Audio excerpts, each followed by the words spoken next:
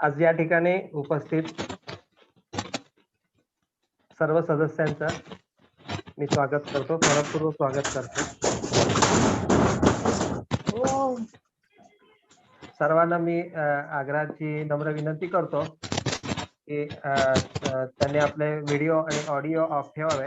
कार्यक्रम रेकॉर्डिंग करून घ्यायचा असल्यामुळे सर्वांना विनंती आहे की त्यांनी आपले ऑडिओ व्हिडिओ ऑफ ठेवावे.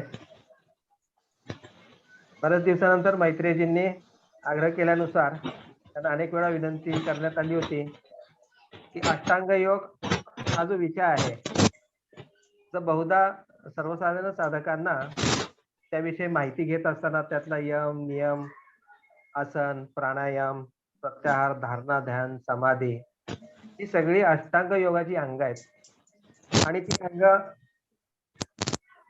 मन शरीर आत्म्याचं जे संतुलित एकरूपता आहे त्या दिशेनं वाटचाल करण्यासाठी आणि जीवाशिवाच्या भेटीसाठी उत्कट भेटीसाठी आपली पूर्वतयारी करण्यासाठी अष्टांग योगाचं महत्व सांगितलं गेलेलं आहे. म्हणजे शारीरिक पातळीवरचं स्वास्थ्य, मानसिक पातळीवरचं स्वास्थ्य आणि आत्मिक उन्नतीचा प्रवास या सगळ्या गोष्टी एकमेकाशी संलग्न आहेत. त्याचं शरीर स्वस्थ नाही आहे त्याच्या मानसिक पातळीवर त्याची वलय उमटत असणार आहेत आणि आर्थिक पातळीच्या प्रवासाला देखील त्याचा प्रभाव राहणार आहे. मग हा अष्टांग योग आपल्याला काय सांगतो, काय शिकवतो, अष्टांग योगाबद्दल आपल्याला काय माहिती आहे आणि वास्तविक अष्टांग योगाला समजून घेण्याच्या दिशेनं सहज सुलभ पद्धतीनं हा अष्टांग योग समजून सांगण्यासाठी आज मैत्रीजी आपल्या सर्वांच्या समवेत इथे उपस्थित आहेत. मी मैत्रीजींना विनंती करतो की फारसा वेळ न घेता मी याविषयी मैत्रीजींना विनंती करतो की त्यांनी या कार्यक्रमाची सुरुवात करावी. धन्यवाद. धन्यवाद. एक प्रश्न आया था और प्रश्न यह था कि योगा अष्ट योगा के जरिए जो ध्यान यम नियम आसन प्राणायाम प्रत्याहार है तो ध्यान के पहले इसकी जरूरी है क्या? क्योंकि मुझे याद है जब 30-32 साल पहले हमने पहला शिविर लिया था तो उस शिविर में हमने प्राणायाम लिया था मगर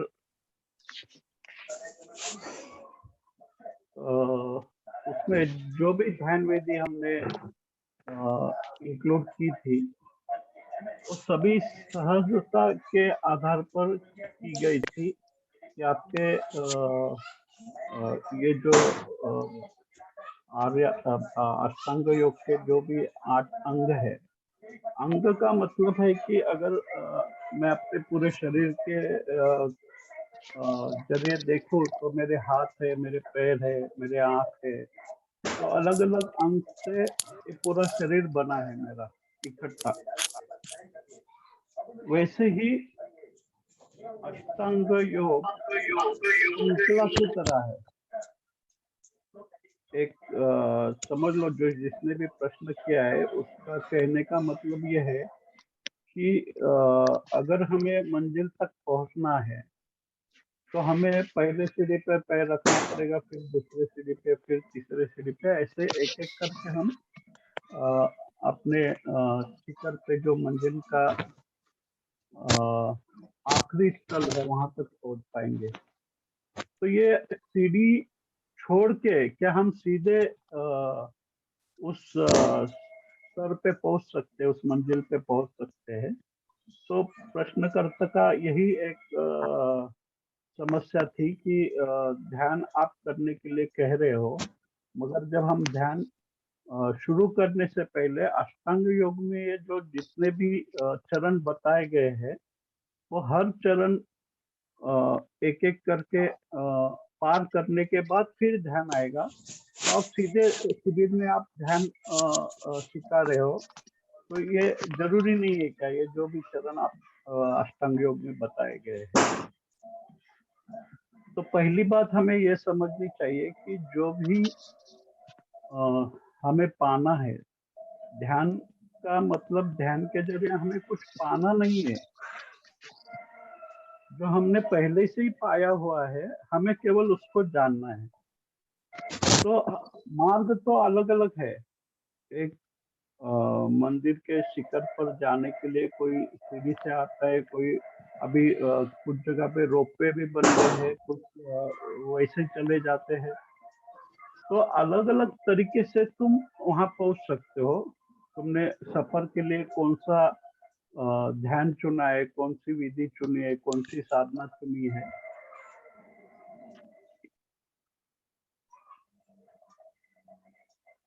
ये मायने नहीं रखता कि तुमने सफर के लिए कौन सी विधि चुनी है। अलग अलग मार्ग है। तो उसमें एक पतंजलि ने जो सूत्र दिए थे अष्टांग योग के, अगर हम इस अष्टांग योग के हर एक अंक का, हर एक सूत्र का अगर अध्ययन करेंगे, उसके बारे में बात करना चाहेंगे, तो हमें लगभग 1 महीने तक लगातार 1-2 घंटा बात करनी पड़ेगी, तब ये सारे सूत्र हम समझ पाएंगे, अगर विस्तार से अगर समझना हो। तो अगर संक्षिप्त में समझना हो तो सरल महाराज तर होते कुत्रे ना.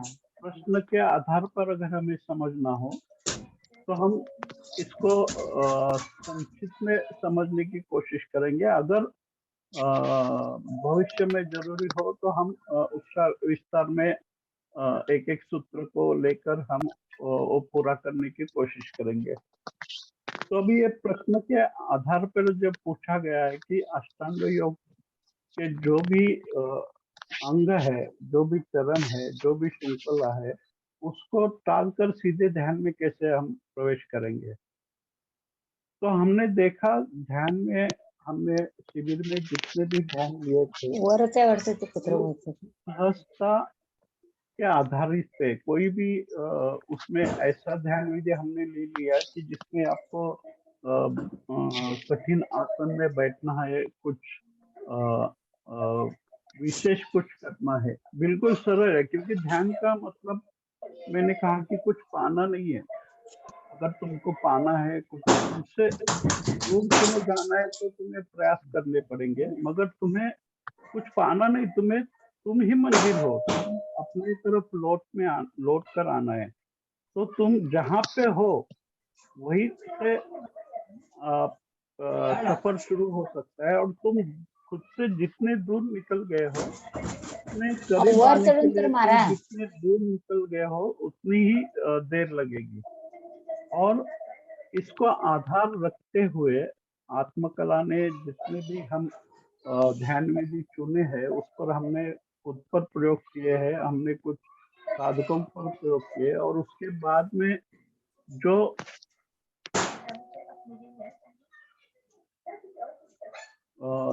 उसके बाद में कई सारे प्रयोग करने के बाद उसमें कुछ सुधार करते गए हम। उसमें जितने ज्यादा आसान हो सके, सहज हो सके, वो सहजता को पकड़कर हम एक एक विधि को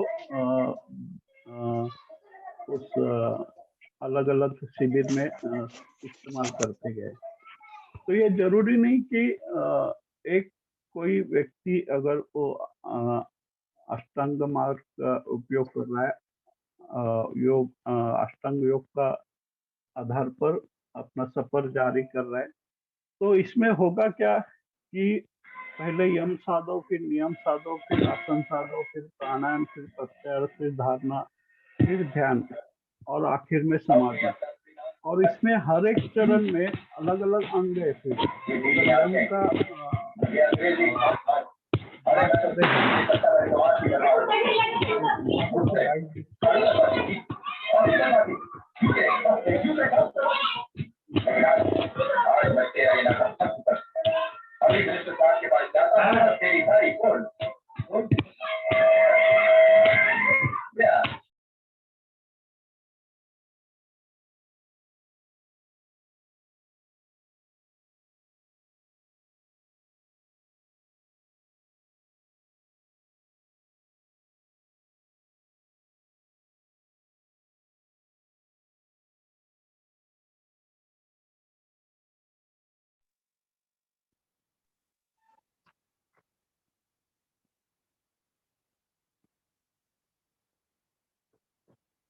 क्षमा करना, थोड़ा वॉइस डिस्टर्बेंस आ रहा था अभी।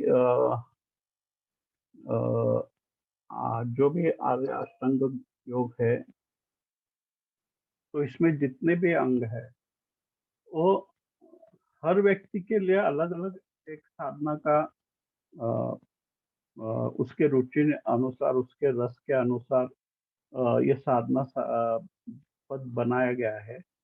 तो पतंजलि ने जो सूत्र लिए हैं अष्टांग योग में, तो बिल्कुल सटीक है और बहुत अ, गहराई में अभ्यास कर कर उन्होंने ये सूत्र बनाए गए। मगर इसमें थोड़ी गड़बड़ी क्या हो गई कि उस समय में उन्होंने जो ये बनाए थे, जो अंग योगा के गहरे में जाने के लिए, तो आज उसका जब अर्थ निकालने जाते हैं हम, तो बहुत सारे जगह पे गलत अर्थ उसके लिए जाते हैं और इसमें जो अटक जाते हैं, कुछ यम में अटक जाते हैं, कुछ नियम में अटक जाते हैं, कुछ आसन में अटक जाते हैं, तो यह ध्यान घटित ही नहीं होता। इसलिए हमने क्या किया, हमने इन चरणों की बात नहीं की, सीधा हमने ध्यान का पद पर हमने लोगों को दिशा देनी शुरू कर दी। और इसका करने का मतलब भी यही था, क्योंकि जब भी हम कोई अ, एक मंजिल चुनकर एक अपना सफर जारी करते हैं, उस यात्रा में बढ़ते एक एक कदम उस मंजिल की तरफ जाने के लिए, तो इसमें बहुत सारे मार्ग उपलब्ध होते हैं। तो तुम्हें जो सही लगे, तुम्हें जो तुम्हारे शरीर मन के हिसाब से तुम्हें जो जज जाए, जो विधि, उससे आप यात्रा कर सकते हो। और आत्मकला कभी ये नहीं कहता है कि आपको ये करना है, आपको ये करना है। आत्मकला की जितने भी ध्यान विधि है, जितने भी शिविर होते हैं, उसमें केवल आपको एक तंत्र दिया जाता है, एक विधि दी जाती है, अ, अ, उसका विज्ञान समझाया जाता है, ताकि अगर आपको सही लगे तो आप उस पे यात्रा कर सकते हो। मगर ज़रूरी नहीं है, इसमें ज़बरदस्ती कोई नहीं है कि आपको उसे ऐसा ही करना चाहिए। अगर आपको जितने भी अलग-अलग मार्ग उपलब्ध है, आपको जो सही लगे उस मार्ग से आप अपनी यात्रा शुरू कर सकते हो। तो मेरा कहने का मतलब ये है कि हमें कहीं पहुँचना नहीं है, अपनी तरफ ही जब आना है, तो हम जहाँ पे हैं, वही हमारी मंजिल है।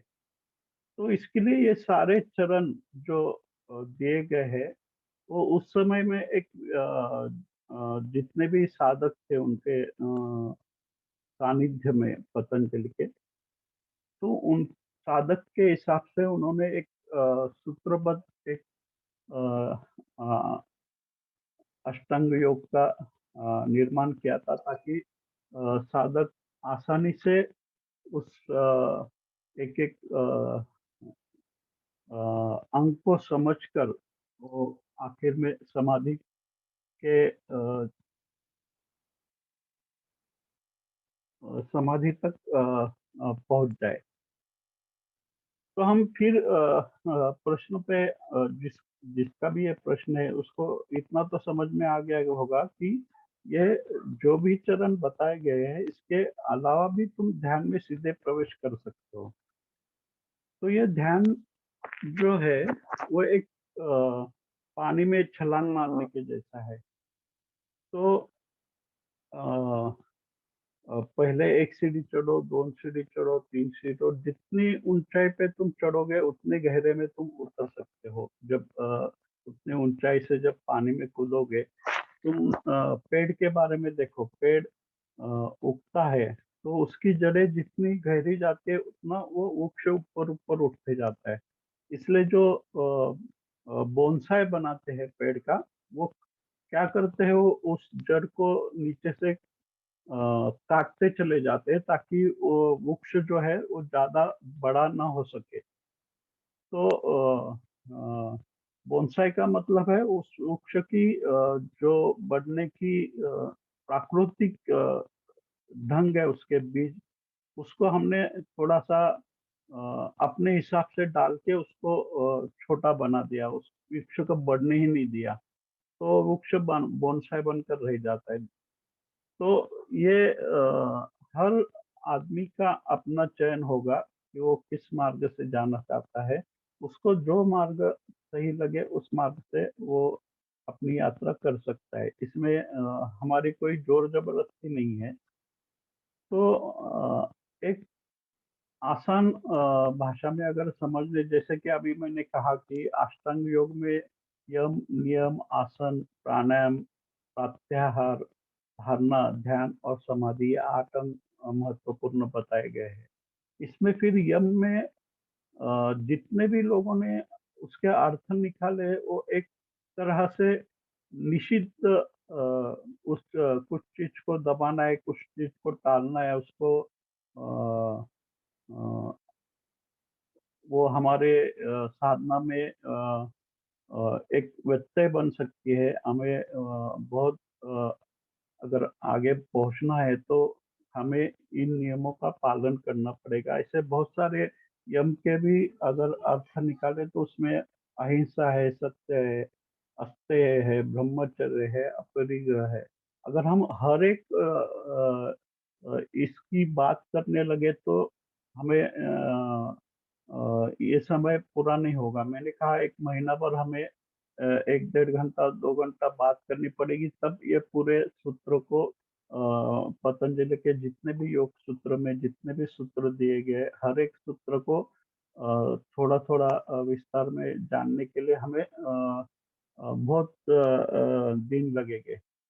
मगर सिर्फ प्रश्न के हिसाब से ये जो भी पूछा गया है, तो उसमें यम का क्या अर्थ है? अभी यम एक अर्थ तो हम जानते हैं, यम के लिए हम मृत्यु देवता को यम के नाम से जानते हैं। मगर पतंजलि ने जो यहाँ पे यम का प्रयोग किया है, तो उसमें जितने भी आगे उस यम में जो दिए गए क्या क्या यम है, तो उसमें अहिंसा है, सत्य है, अस्तेय है, ब्रह्मचर्य है और अपरिग्रह है। तो अगर हर एक की अलग-अलग हम उसके गहराई में जाएँगे तो बहुत समय लगेगा। और जैसे कि बहुत सारे लोगों ने इसमें अपने-अपने गलत अर्थ भी निकाल लिए। जैसे कि ब्रह्मचर्य है, तो कुछ लोग समझते हैं कि ब्रह्मचर्य का मतलब है कि सेक्स नहीं करना। मतलब तो उसका ज़्यादातर यही अर्थ निकाला जाता है कि हम अपने सेक्स की जो ऊर्जा है उसको दबाना है, उसको अ, टालना है, ताकि जो भी ऊर्जा है वो इकट्ठी हो जाए और उस दिशा में हम थोड़ी गहराई से पहुंच सके, जितनी ज्यादा ऊंचाई से। तो ऐसे बहुत सारे उसमें एक-एक सूत्र है, जिसके कुछ गलत अर्थ हम निकाल लेते हैं और उस गलत अर्थों के वजह से हमारी साधना भरकट बहल जाती है। हमें लगता है कि हम सही पथ पर चल रहे हैं, मगर सही पथ वो है जो तुम्हें तुम्हारे करीब लाए, तुमसे जो दूर ले जाएगा वो पथ सही नहीं है। तो जो पतंजलि ने ये सारी विधियां बनाई है, सूत्र बनाए हैं, तो उनका भी यही केंद्र था कि तुम केंद्र तक कैसे पहुंचो। मगर लोगों ने उसके गलत अर्थ निकाल के वो केंद्र के करीब आने के बजाय से और केंद्र से दूर भटक गए, और करीब आने का मार्ग भी कुछ लोगों ने बंद कर दिया। जैसे हमने अपने शिविर में देखा, हमने क्रोध रूपांतरण लिया था, यानी हमारे जीवन में जो भी नकारात्मक हम समझ कर बैठे कि ये गलत है, ये बुरा है, तो उसका इस्तेमाल हम अपनी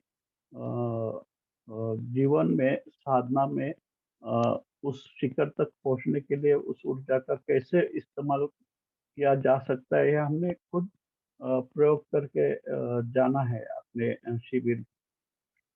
तो यम का मतलब कुछ चीज निषिद्ध करना नहीं है, कुछ चीज को टालना नहीं है, कुछ चीज को दबाना नहीं है। यम का मतलब है कि हम थोड़े खंड खंड में विभाजित हो गए अपने, हमें अखंड होना है। तो ये जो अखंड होने का जो एक अपने को यानी ऊर्जा जो अभी अलग अलग जगह पे बह रही है, उसको एकत्रित इकट्ठी करने के लिए जो चीज की जा सकती है वो यम के आधार पे उन्होंने प्रस्तावित किए कि कैसे हम उस ऊर्जा को इकट्ठा करें ताकि हमारी शक्ति बढ़ जाए, हमारी हम ज्यादा ऊर्जावान बन सके और उस दिशा में चल सके। उसके बाद में दूसरा जो उन्होंने सूत्र दिया है वो नियम। यम के बाद तुरंत नियम आ जाता है। तो ये नियम जो है, ये नियम का जैसे कि देखो अभी हर हम एक दिशा में यात्रा कर रहे हैं तो ट्रैफिक के कुछ रूल्स होते हैं, कुछ नियम होते हैं। हम जाने वाले लेफ्ट से जाते हैं, आने वाले राइट से आते हैं। कुछ जगह पे इसका उल्टा भी हो जाता है। तो अगर हम अपने रूल तोड़कर, अगर कोई ट्रैफिक के रूल तोड़कर आगे निकलने की कोशिश करता है तो कभी कभी पूरा ट्रैफिक जाम हो जाता है। तो हमारे अंतःस्थल के सफर में भी हमें ऐसे कुछ नियम है जिसको इस्तेमाल करके हमें उस दिशा में जाने के लिए जितने आसानी से हम जा सके उतने आसानी से हम वहां पहुंचने के लिए कुछ नियम बनाए। तुम खेल के भी देखो, हर खेल के कुछ नियम होते हैं। जैसे क्रिकेट के है या आप चेस खेल रहे हो तो चेस के भी नियम है। घोड़ा कैसा चलेगा, ऊंट कैसा चलेगा, हाथी कैसा चलेगा, हर एक की एक चाल तय है। और दोनों खेलने वाले उस नियम का पालन करते हैं तभी उस खेल में एक मजा आती है। तो अपनी मर्जी से मैं कोई भी चेस में कोई भी प्यादा, कोई भी ऊंट या जो भी है, उसको अपने मर्जी से अपने मनमाने मर्जी से नहीं चला सकता, उस नियम से ही चलाना पड़ता है। तो ऐसे हमारे अंतर जगत में भी सफर करने के लिए कुछ नियम बनाए गए हैं। तो जैसे ही तुम उस ऊर्जा को इकट्ठा करोगे तो नियम के जरिए तुम उस ऊर्जा को एक दिशा देना शुरू कर देते हो। अ, और जैसे जैसे ऊर्जा इकट्ठे हुई, वो प्रवाहित होनी शुरू हो गई, उसकी यात्रा शुरू हो गई। तो तीसरा अंग को पतंजलि कहते हैं कि आसन। यानी आसन का मतलब है एक सहज आसन में आपको होना चाहिए। और आसन तभी संभव है जब आप नियमित करते हो उस आसन को या उस ध्यान को। जो भी विधि जो भी आपको बताया गया है उसको जैसे ही वो नियमित होनी शुरू हो जाती है, जो रेगुलर साधक है हमारे, उनको एक बात पता होगी कि जब हम ठीक से ध्यान के लिए जो सहज आसन में भी बैठना होता है तो पहले 3-4 महीने थोड़ी तकलीफ होती है उस आसन में बैठने के लिए। जब आप उसमें सातत्य रखते हो, आप नियमित करते हो, तो ये नियमितता के कारण धीरे धीरे आप उस आसन में सहजता से बैठना शुरू कर देते हो। तो ऐसा नहीं होता कि आज ही शुरू किया और आज ही आप सहज आसन में आ गए हो। तो आसन इसलिए तीसरा रखा है उन्होंने। पहले ऊर्जा को इकट्ठा करो, फिर उसको नियमित करो, एक दिशा दो, फिर एक सहजता प्राप्त होगी आसन में आपके। उसके बाद है प्राणायाम। तो प्राणायाम जो है वो हमने पहले शिविर में भी लिया था। यानी प्राणायाम ये बहुत ही महत्वपूर्ण हिस्सा है आपके, अगर आप अंतर जगत में प्रवेश करना चाहते हो तो आपके प्राण का जो आयाम है वो थोड़ा विस्तारित होना जरूरी है। और ये प्राणायाम के जरिए धीरे धीरे आपका प्राणायाम आपका प्राण का जो आयाम है वो विस्तारित होना शुरू हो जाता है। आप धीरे धीरे अपनी ऊर्जा को महसूस करने लगते हो कि इसकी सीमा अ, सीमित नहीं है, असीमित है। और ये हर एक मनुष्य जन्म से ये लेकर आया है। ये उसने साधना के ज़रिए जो पाया है या जो पाता है, वो इसका मतलब ये नहीं कि उसको नया कुछ मिलता है, वो जन्म से ही वो लेकर आया है। बस उसे पता चलता है साधना के माध्यम से इस प्राणायाम के ज़रिए। तो प्राणायाम सबसे महत्वपूर्ण चरण है अष्टांग योग में। तो इसलिए हमने प्राणायाम को पहले शिविर से ही लिया था। प्राणायाम हमने किसी भी शिविर में इसको नज़रअंदाज नहीं किया। हर शिविर में हम प्राणायाम लेते ही हैं। तो प्राणायाम के बहुत सारे और उपयोग है। और ये जो 4 अंग है, ये 4 अंग हमारे शरीर से जुड़े। हम अपना शरीर स्वच्छ हो, स्वस्थ हो, निरोगी हो, तो हम थोड़ा गहरे जा सकते हैं। हमें मानसिक स्तर पे या शारीरिक स्तर पे अगर अस्वस्थता होगी, तो हम ज़्यादा गहराई में नहीं जा सकते। तो ये 4 जो अष्टांग योग के जो 4 चरण हैं, वो पार करने के बाद हम आधी यात्रा पूरी कर देते हैं। उसके बाद आता है प्रत्याहार। प्रत्याहार का मतलब होता है अपने केंद्र में लौटना। तो प्रत्याहार कहीं पहुँचना नहीं है। हम कहीं भटक गए हैं और हमें अपनी जहाँ कहीं भी है वहाँ से हमें अपनी तरफ आना है। तो ये परिधि से केंद्र की तरफ की यात्रा है। प्रत्याहार तभी संभव होगा जब ये तुम 4 अंक पार कर जाओगे। यानी प्राणायाम भी एक ऊर्जा का ये है। बहुत सारे लोगों को ये प्रश्न था कि जैसे शिविर होते हैं तो मैं भोजन बहुत कम करता हूँ और इन जनरल रेगुलर भी जब आहार लेता हूँ तो बहुत कम लेता हूँ। तो लोगों की समस्या ये होती है कि इतने कम आहार में तुम कैसे ये ऊर्जा तुम्हारी चलती है? क्योंकि आहार तो हमें उसके लिए तो चाहिए थी, जो ऊर्जा हम खर्च कर रहे हैं, जो ऊर्जा हमारी व्यय हो रही है, तो उस ऊर्जा के लिए हमें आहार लेना पड़ता है। तो ये प्राणायाम की एक ऐसी विधि भी है, अगर वो आप सीख लो, तो आप भी कम आहार में ज़्यादा ऊर्जावान रह सकते हो। इसलिए प्राणायाम बहुत महत्वपूर्ण है। तो कम आहार में भी आप ज़्यादा से ज़्यादा ऊर्जावान रहने की जो सीक्रेट है, जो रहस्य है, वो प्राणायाम में छुपी है। तो ये प्राणायाम बहुत ही महत्वपूर्ण है उस चरण में। उसके बाद मैंने कहा कि प्रत्याहार। प्रत्याहार का मतलब है हमें अपने केंद्र में लौटना है। तो ये लौटने का जो सफ़र है, तो हम खुद से जितने दूर गए हैं, उतने ही हमें अपने करीब आने के लिए देर लगेगी। जो ज़्यादा दूर नहीं गया, ज़्यादा भटका नहीं, वो जल्दी आ जाएगा। जो ज़्यादा दूर गया है, उसको अपने वापिस अपने केंद्र में आने के लिए उतनी ही देर लगेगी। मगर ये वापिस लौटने का जो प्रक्रिया, वो 1 मिनट में भी हो सकती है। उसके लिए बहुत सारे 12-12 साल तक साधना इतना करने की ज़रूरत नहीं है।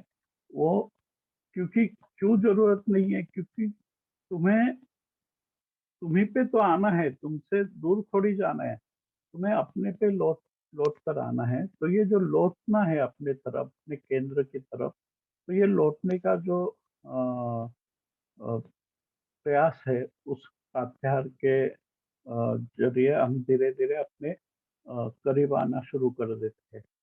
उसके बाद का जो चरण है वो है धारणा। तो धारणा का मतलब ये तो नहीं है कि हम कोई मन में एक धारणा बनाकर चले। हम तो सब धारणा से मुक्त होकर हमें यात्रा करती है।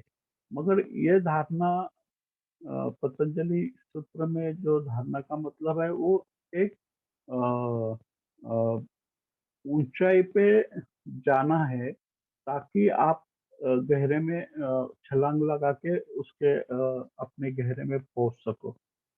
तो इस जैसे कि अभी मूर्ति पूजा का उदाहरण ले लेते हैं, तो मूर्ति पूजा में जो मूर्ति है उस पे तुम ध्यान एकाग्र करते हो। जैसे हमने शिविर में देखा कि त्राटक ध्यान के जरिए हम एक वस्तु, एक ऑब्जेक्ट लेके, एक मूर्ति लेके उस पे अपना ध्यान केंद्रित करते हैं और धीरे धीरे वो मूर्ति भी विसर्जित होनी चाहिए, तब हम ध्यान में पहुंचेंगे। अगर हम मूर्ति पे ही अटक के रह गए तो ध्यान का द्वार नहीं खुल सकता। इसलिए हर एक अ, अ, चरण के बाद धीरे धीरे जैसे जैसे हम प्रात्याहार में अपने करीब आने लगेंगे तो एक ऐसी ऊंचाई भी हम हासिल करेंगे ताकि हम ध्यान में गहरे छलांग लगा सके। तो प्रत्याहार के बाद धारणा होगा, धारणा के बाद ध्यान है, और ध्यान के बाद हम शून्य में प्रवेश करते हैं जो समाधि है। तो पतंजलि ने उसमें भी हर चरण में अलग अलग सूत्र दिए हैं। जैसे यम में कुछ है, नियम में कुछ है, आसन में कुछ है, प्राणायाम में कुछ है, प्रत्याहार में है, धारणा में है, ध्यान में है। तो ये सब समाधि में जाके इसका अंत हो जाता है। वहाँ पे एक शून्यता का अनुभव है। तो इस तरह ये आगे अष्टांगी योग जो है, एक एक चरण करके हम लौट कर अपने करीब आते हैं, अपने संयम पे आ जाते हैं। या ये कहो कि जो भीतर है तुम्हारे अंदर छुपा हुआ, जो तुम में जन्म से ही तुम उसे लेकर आए हो, उसको तुम केवल जान जाते हो, वो जो भी रहस्य है उसको। तो प्रश्नकर्ता के मन में शायद अभी ये संदेह नहीं होगा कि कैसे इन सब के ये चरण छोड़कर हम ध्यान शुरू करें। इसके लिए ध्यान के पहले ये सब इसमें से जाना जरूरी है। तो ये जरूरी नहीं है, जैसे ही तुम ध्यान शुरू करते हो तो ये अपने आप ये चरण तुम पार करने लग जाते हो। ये सहजता से घटित होता है। अगर तुम उसी में अटके रह गए हो कि मैं कैसे आसन साधूंगा, कैसे बैठूंगा, अभी तो मैं सीधा बैठ नहीं पा रहा हूँ, अभी पीठ में तकलीफ हो रही है, बैठने में पैरों में कठिनाई आ रही है, तो ये सब इसी में अगर तुम अटके रहो तो तुम ध्यान में गहरे नहीं जा सकोगे। तो इसलिए तुम ध्यान करना शुरू कर दो, ये बाकी सारे चरण धीरे धीरे अपने आप तुम पार कर जाओगे। मगर उसके लिए आपको सातत्य चाहिए। ऐसा नहीं कि आपने शुरू किया और अ, एक 2 दिन किया और उसमें से तुरंत तुम चाहते हो कि कुछ रिजल्ट आना दिखना चाहिए, कुछ तो मिलना चाहिए, कुछ प्राप्त होना चाहिए, कुछ जो अलग है। तो जो अनुभव की यात्रा में तुम निकले हो तो तुम चाहते हो कि झट से आज अनुभव हो जाए। आज ध्यान किया, 1 महीना भर किया तो लगेज आपको उसका रिजल्ट दिखना चाहिए। तो बहुत सारे साधुओं की यही समस्या होती है। वो कहते हैं कि हम तो महीनों से कर रहे हैं, 1 महीना हो गया, 2 महीना हो गया, 3 महीने का, मगर कुछ उपलब्धि तो नहीं हो रही, कुछ अनुभव नहीं हो रहा है। तो हम ये जारी रखे या नहीं रखे? तो देखो, जो सातत्य रखेगा, अगर आपको सच में ही स्वयं को जानना है, अपना जीवन का जो रहस्य है उसे जानना है, या जो सत्य है उसको पाना है, तो उसके लिए आपको सातत्य चाहिए। आपको समग्रता से प्रयास करना होगा और एक जो ऊर्जा इकट्ठी हुई है उसको एक दिशा में लगाना होगा। फिर वो सरिता धीरे धीरे बहकर सागर की तरफ जाएगी। हर सरिता सागर की चालेल ना दिसलं तरी सरी सागर की तरफ ही जाती है। तो बस ऐसी एक भी सरिता नहीं है कि जो सागर तक न पहुंचे हो। तो तुम सरिता में उतरो, धीरे धीरे वो तुम्हें सागर तक पहुंचा देगी। तो ध्यान एक सरिता की तरह है, तुम ध्यान करना शुरू कर दो तो बाकी रास्ते में जितने भी मार्ग में तुम्हारे व्यवधान आएंगे वो सब पार करके तुम कब सागर तक पहुंच जाओगे तुम्हें पता भी नहीं चलेगा। ये बिल्कुल सहजता से घटित होता है। बस अपने मन में जो गलत धारणाएं आपने बनाए के रखी है उसको आपको निकालना होगा। आप बहुत बार कुछ लोग जाप का या नाम के बारे में भी गड़बड़ कर जाते हैं। वो कुछ कितने करना है, कितनी संख्या करनी है, कितना अ, देर करनी है, उसमें अटक जाते हैं। तो वो सहजता घटित नहीं होती है, इसलिए वो गहरे में जा नहीं पाते हैं।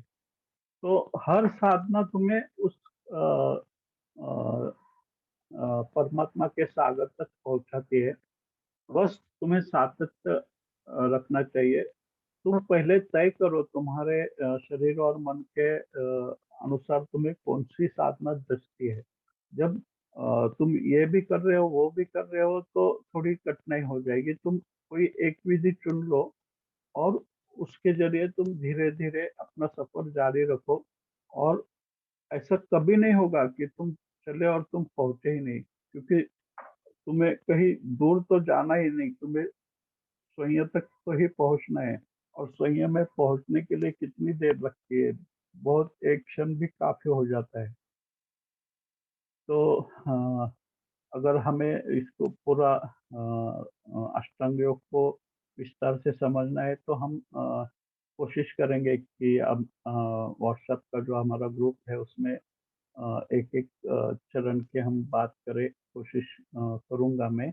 और आज की चर्चा में यहाँ पे समाप्त करता हूँ, क्योंकि प्रश्नकर्ता ने जो प्रश्न पूछा है उस आधार पर हमने संक्षिप्त में आज उस आर्य अष्टांग योगा के जो अंग है उसमें बात की है।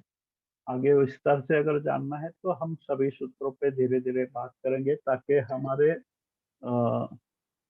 जो उस संबंध में गलत धारणाएं हमने बनाए रखी है तो वो सारी धारणाएं गिर जाए और हम जितने आसान और सरलता से उस को समझने की कोशिश करेंगे, ताकि वो ज्यादा जटिल ना हो।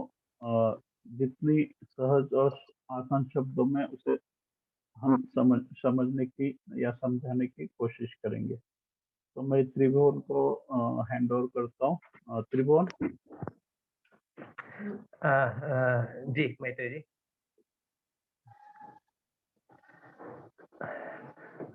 धन्यवाद मैत्री जी।